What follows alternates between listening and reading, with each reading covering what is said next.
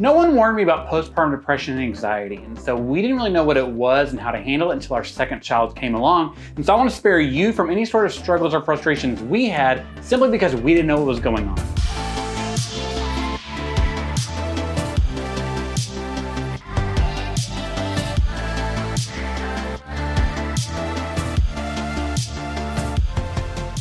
For more than a year after having our first child, a dark cloud hovered over our home. I would come back from work and I could just sense this sadness in the home. My wife did a great job covering it up. She played with our daughter and loved her and bathed her and cared for her 100%. But there was a darkness around her that I didn't really understand was not normal. The biggest thing keeping my wife from getting the help she needed, I think, was us being ignorant. And so I want to make sure that less people are ignorant about this stuff so that you can get the help you need as fast as possible, because it could save a life. Before I go any further, parenting is really one of the most difficult things we can do. And if you want to join this community, I'd love for you to subscribe. I'm not trying to get famous, not trying to build a name for myself. I'm trying to build a community of parents helping parents. And that only works if we subscribe and join the community. So I'd love for you to do that now. Postpartum depression is a mix of kind of emotional, environmental, mental, physical things that combine to make a new mom more sad than can be expected.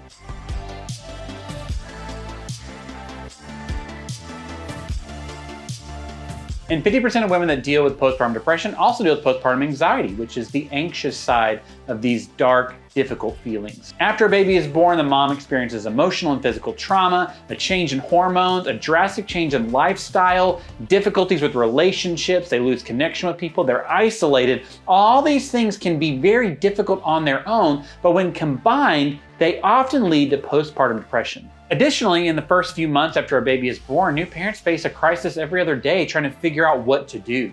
The day after my daughter was brought home from the hospital, we were trying to feed her, my wife mainly, trying to get her to latch on for nursing. We just couldn't figure it out. No matter what we Googled or videos we watched or things we looked up or tools we bought at the local store, we could not get our daughter to latch. In desperation, we gave her kind of a sampling that we got of some formula and she gobbled it all up, and then she immediately just spat it all up because it was too much too fast. We were freaking out. Fortunately, a lactation consultant came the next day, truly saved our lives. But the first few weeks and months of being a new parent are full of these little chaotic moments. And when you combine these with the emotional and physical trauma, the change in hormones, and all the other things, it often leads to postpartum depression. And although you can't prevent depression, you can treat it, but the key is knowing what the signs are.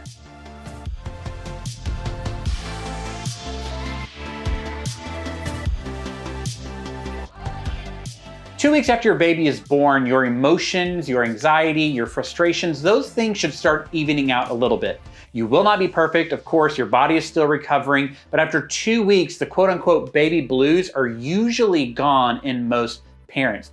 Anything after 2 weeks can be cause for concern. But if you're a new parent and you think that your partner might be experiencing PPD, here's a few things you can look out for. To begin with, if they are overly sad after the first 2 weeks of the baby being born, we're talking about frequent crying spells, just despair, just really dark emotions, that's a huge indication of PPD and also PPA. Next, if things they enjoyed before the baby was born no longer interest them, that could be a sign of PPD.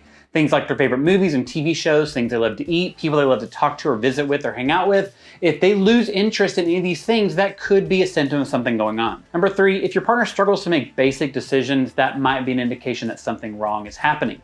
It's this idea that like if they can't decide whether or not to change the baby's diaper or to give the baby a bath or to take a bath themselves, these small decisions, if they're causing kind of like concern, anxiety, frustrations, and they can't make these little decisions throughout the day, that could be an indication of something going on inside. Number 4, not necessarily a symptom, but something to be aware of is, are there other big traumatic things happening? Things like people you love that have passed away, or job changes, or drastic changes in living situations. If anything else is happening unrelated to the baby that's causing trouble in their hearts and their minds, that can contribute to PPD and PPA. Finally, does your partner talk about not being a great parent all the time? Like after the first 2 weeks, are they still going on and on about how they're not good at this, they're never gonna be good at this, it'd be better if they weren't around, that sort of thing? That's a huge indication of PPD because it's probably hiding darker thoughts that they're not willing to share with you. And that's kind of the big thing you should be looking for, are these dark thoughts about the mom or the baby that the person is having. Those are indications of serious things going on that need to be addressed as soon as possible.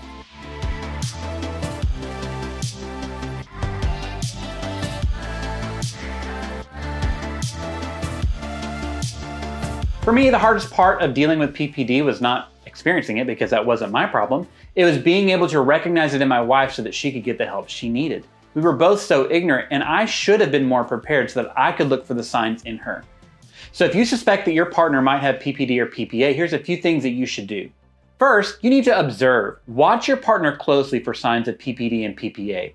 You should Google the symptoms of PPD and PPA for a full list of things you can look for from a reputable website, of course, and start looking for those things in your partner. So often our partners are so consumed, one, with the dark feelings, the emotions, the hormones, all those things, and also focusing on the baby, they can't focus on themselves. So I think partners are uniquely positioned to be able to observe new moms and try and figure out if something strange is going on. Next, ask questions. So many of the things that indicate PPD or PPA are internal experiences, things that you may not see on the outside. Yes, there's some external things you can be observing for, but there's other things happening inside the mom that you need to be asking questions about gently and kindly, but pointedly and repeatedly, because they're not just going to come out and open with the hard things without being prompted. If a mom is having really dark feelings about themselves or the baby or things they might do to them, they're not just going to drop that in casual conversation. I think the partner is uniquely equipped and placed to be able to ask some questions to get them talking about the internal things going on, so that then you can know better if they need to get some serious help. It wasn't until years later that my wife shared with me the dark thoughts that she was having. She was embarrassed. She was self-conscious. She thought she was a terrible mom for even thinking some of the things that she did. Now, she never wanted to hurt the baby, but she did have thoughts of how life would be better if, she just died. Like if she just left me alone with this kid, how much better things would be for us. And it was wild for me to hear that years later, that she was struggling with those deep thoughts. And if I had known to ask more pointed questions in a kind and gentle but persistent way, I think I would have gotten those thoughts out of her and been able to get her the help she needed much sooner. Finally, you need to have a hard conversation with your partner. After you've observed what was going on, after you've asked them some questions and gotten some answers, if you see anything that could indicate PPD or PPA, you need to bring it up. When I had this conversation with my wife, it was really hard. She felt that I was saying she was broken, and that wasn't what I wanted to say or meant to say or even believed, but she felt that way when I brought it up with our second child. And I said, listen, I don't think you're broken, but what I do think is there's some emotions and feelings and experiences you're having that are more extreme than could be expected. I wish I had seen this and known this in our first child, but I didn't. And so with our second child, that's when I really started to notice the things going on and feel that maybe there was something happening. But I don't think she would have gotten the help she needed if I hadn't brought it up. Now, she was bold and brave and courageous and all those things to finally get the help she needed, but that hard conversation of bringing those things into the light, I think pointed her towards the help that she needed. Additionally, I said, hey, listen, if you're scared to go to the psychiatrist, let me go first. I'll go see. Maybe I'm not being scared enough. Maybe I'm not having, big enough feelings. Maybe I'm being more reserved than I should be. Let me go to the psychiatrist first. And so I went, as I was filling out the form, I was checking all the boxes and trying to see what was going on. None of them really applied to me, but each and every one applied to experiences that my wife had expressed to me. And I thought, wow, this is it. We finally found it. But after me going to the psychiatrist, my wife felt confident to go, and she got the medication and the counseling she needed to get through PPD the second time around. I just wish we had taken care of it the first time.